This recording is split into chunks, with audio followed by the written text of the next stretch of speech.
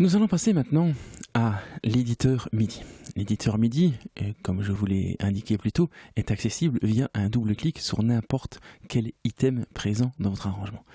Si je double-clique donc ici sur cet item, eh bien j'ouvre cet item dans l'éditeur MIDI qui vous permet donc d'éditer les notes comme son nom l'indique. Alors, comment se présente l'éditeur MIDI? Eh bien, la première chose qui est possible dans celui-ci, eh bien, c'est de le garder docké comme il est ici présentement, ou alors de le désolidariser afin d'en faire une fenêtre à part entière.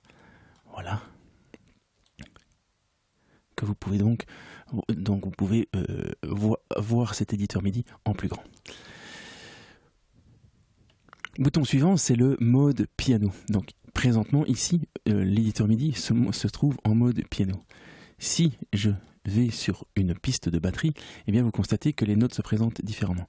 Eh bien, vous avez la possibilité de passer chacun de vos éditeurs soit en mode piano, comme ceci. Et donc, ici, eh bien, vous constatez que vous voyez les notes au niveau, ici ça se présente sous forme d'un piano roll avec la possibilité donc d'avoir une donnée de longueur dans les notes. En mode drums, eh bien ça se présente de la façon suivante. Constatez que automatiquement les notes qui ne portent pas de nom ou qui ne sont pas sollicitées dans l'éditeur MIDI sont automatiquement cachées. Et vous avez un troisième mode qui est le mode éditeur en liste. Voilà, je ne vous fais pas de description, mais vous avez là donc la possibilité d'éditer vos données MIDI sous forme de texte. Vous pouvez revenir au mode piano traditionnel comme ceci. Le mode tracklist, je vais vous ouvrir un autre éditeur MIDI pour que ce soit plus parlant. À quoi sert le mode tracklist? Eh bien, il sert à ouvrir ce petit onglet ici à droite. J'en profite également pour vous montrer le mode Media Item Lane, qui est le même genre de comportement, mais relatif aux items. Et donc, à quoi sert ce tracklist? Eh bien, il vous offre la possibilité, voilà, de passer d'un item à l'autre, d'un item MIDI à l'autre, pour voilà, réaliser vos éditions. Il vous est également possible, via ces cases, eh bien, d'afficher ou non le contenu d'autres items.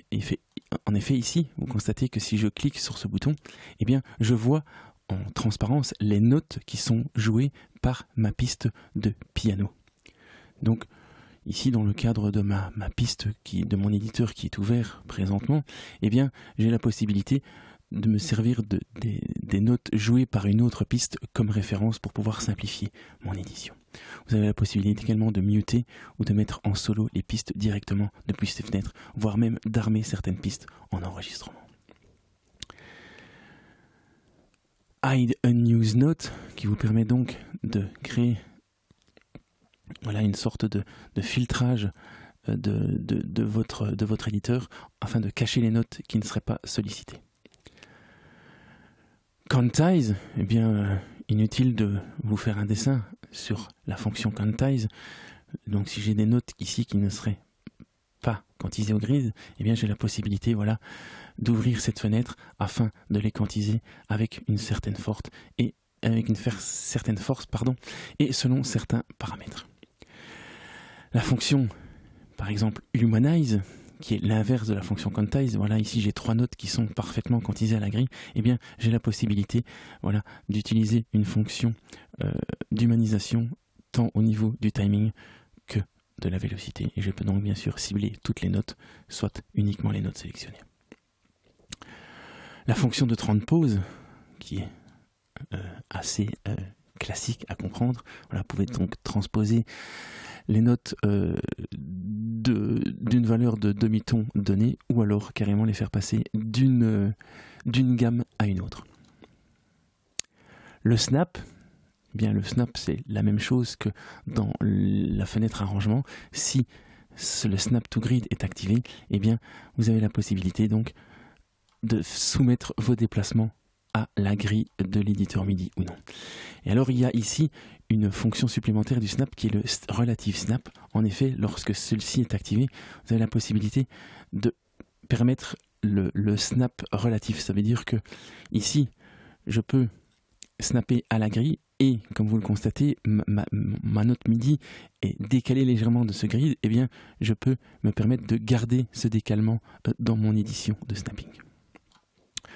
Le split, simple à comprendre, le split on grid qui vous permet donc de scinder une note à chaque pas de grille.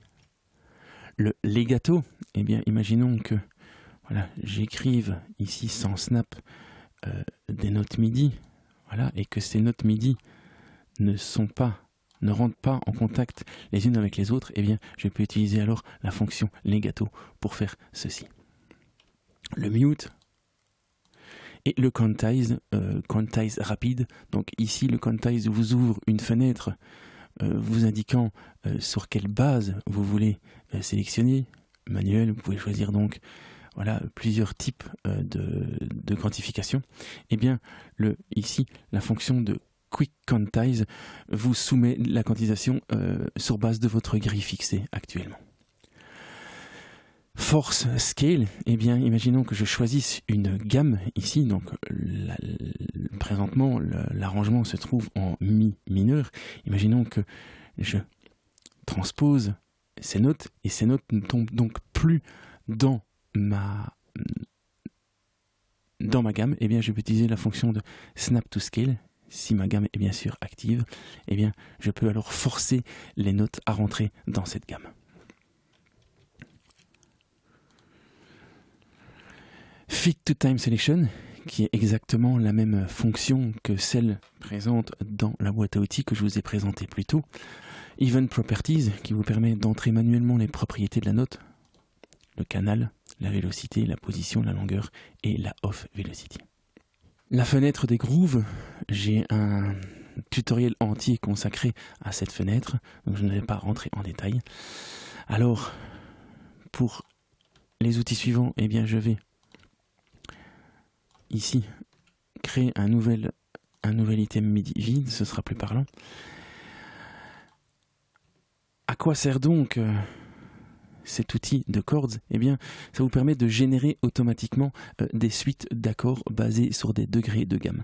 Je ne vais pas rentrer dans les détails de données en matière de théorie musicale, mais je vais vous faire juste un exemple. Si je sélectionne ici la note par exemple de Mi, voilà, je vais placer un instrument virtuel sur cette piste pour que ce soit plus parlant au niveau auditif. Voilà. Et donc, si je choisis la note Mi, vous constatez que la hauteur de note choisie dans mon éditeur est alors le Mi. Et je peux alors maintenant solliciter ma boîte à outils de chords et réaliser donc une progression d'accords chiffrée. Donc ici, par défaut, la boîte à outils s'ouvrant est les progressions mineures. Si je switch ici sur ce bouton, je passe en progression majeure et je peux revenir en progression mineure de la sorte. Et donc, je peux ici, par exemple, avec mon grid qui serait en ronde, eh bien, je peux générer une suite d'accords, par exemple la suite d'accords la plus classique, donc en Mi, ça pourrait être donc 1, 5, 6, 4. Et donc, comme vous le constatez, je vais peut-être réduire la vélocité pour pas tous nous rendre sourds, j'utilise le moins du pavé numérique pour réduire la vélocité. Et donc, comme vous le constatez,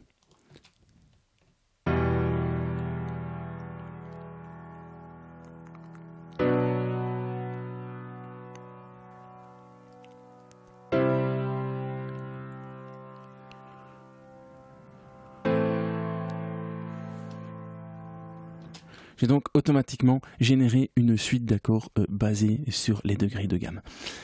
Il est possible, via ces boutons, de monter les notes sélectionnées ou un accord entièrement sélectionné d'une octave. Vous avez la possibilité également de renverser les accords grâce à ces boutons. Boîte à outils suivante, qui est la boîte à outils de Dynamics, qui vous permet donc de fixer la vélocité des notes sélectionnées. Triple forte, qui donc représente une vélocité de 120, double forte 104, forte 88, mezzo forte 72, mezzo piano 56, piano 40, double piano 24, triple piano 8, accent qui représente le 127 et 0 qui représente donc un silence.